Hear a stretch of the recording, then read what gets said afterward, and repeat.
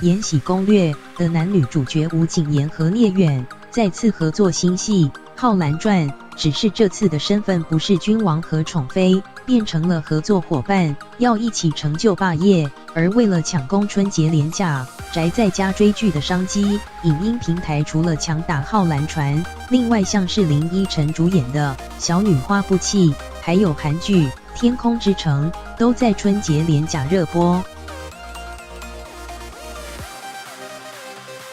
电视剧《浩然传》，我不是你的仆婢，而是你的同路人。我可从未跟女人做过生意，我也从未听过想要权势的商人从《延禧攻略》一路爱到《浩然传》。女主角吴谨言和男主角聂远这次不演君王宠妃，而是为了成就霸业，相互利用的合作伙伴。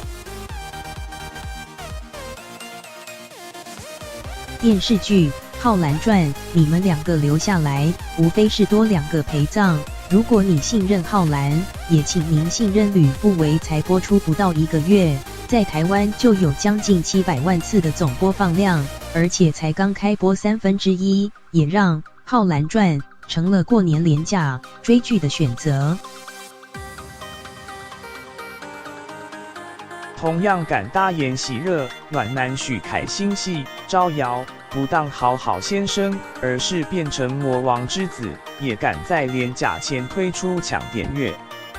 电视剧《小女花不弃》，不管是谁想要拿到宝藏和天下，我都得死。另外林依晨主演的《小女花不弃》，不再演仙气十足的富家女，而是变成小乞丐，大反差也成功吸眼球。同样开播不到1个月，总播放量就将近900万次。而在韩国，收视率越播越高的《天空之城》。